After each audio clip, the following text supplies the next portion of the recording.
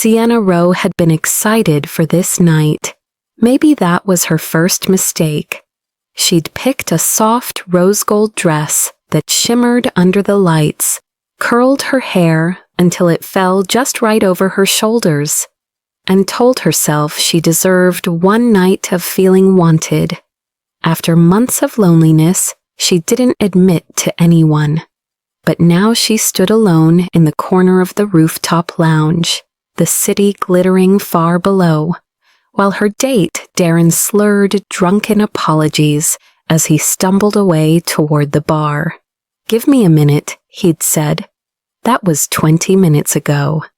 Sienna pressed her lips together, trying to pretend she didn't feel the sting of humiliation.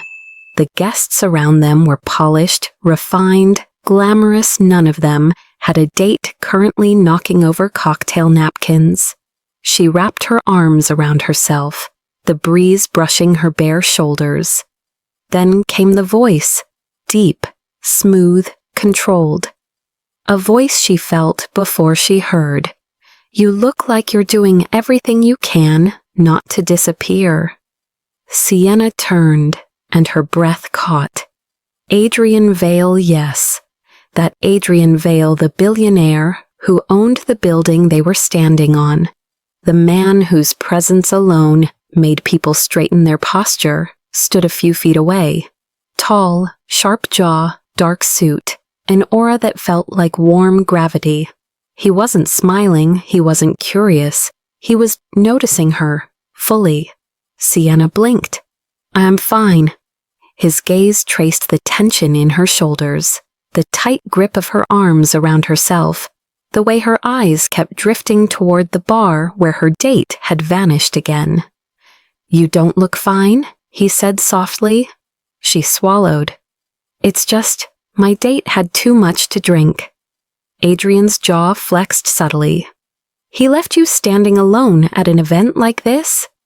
"He didn't mean to," she murmured, though even she didn't believe it. Adrian stepped closer slowly, like he didn't want to startle her. "Is he always careless with you?" Her breath hitched.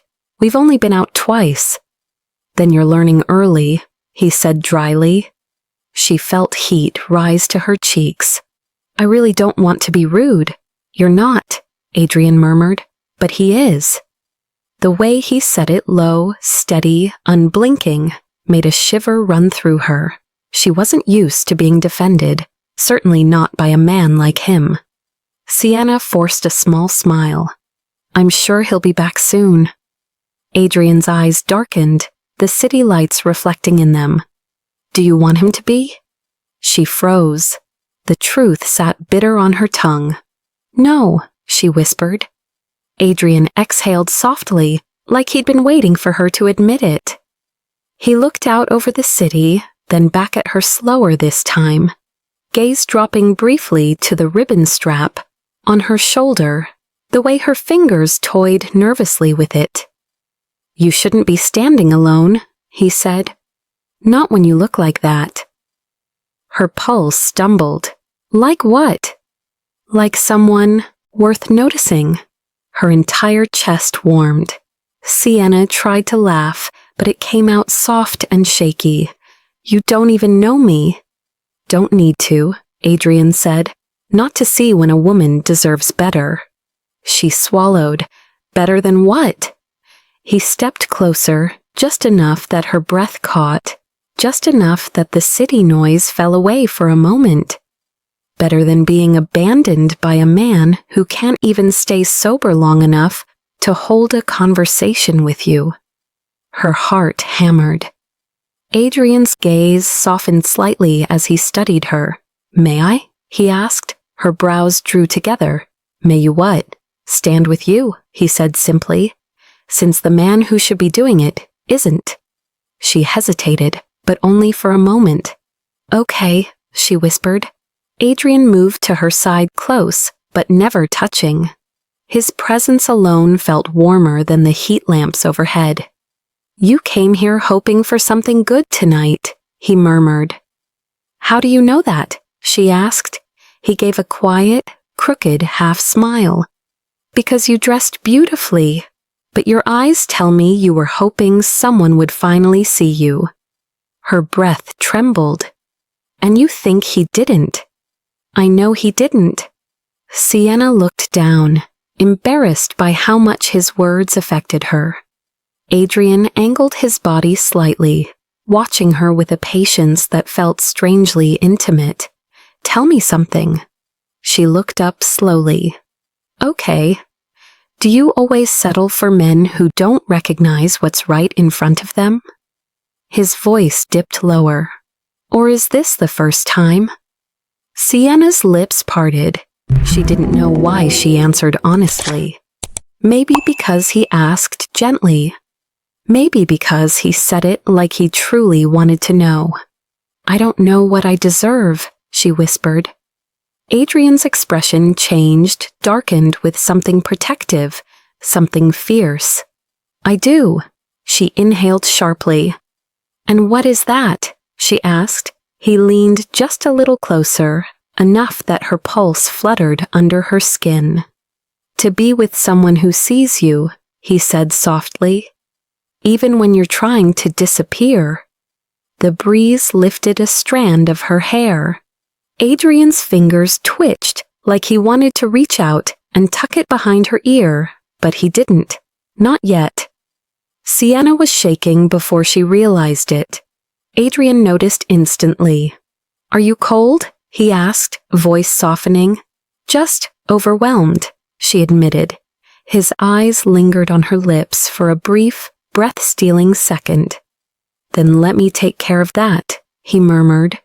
Her breath hitched. How? His voice dipped into a tone meant only for her, warm and low enough to send heat down her spine. By giving you better company. Sienna's heartbeat fluttered, loud enough that she was certain Adrian could hear it. He stood beside her, not touching, but close enough that his presence wrapped around her like something warm and steady. Come with me, he said, gently, just for some air. I thought we were already outside, she whispered. Adrian smiled, soft, brief, devastating. Then let me show you a quieter place. He offered his arm, not commanding, not assuming, just offering. Sienna hesitated only long enough to feel her own pulse. Then she slid her hand into the crook of his arm, and the moment she touched him, something inside her calmed and awakened at the same time.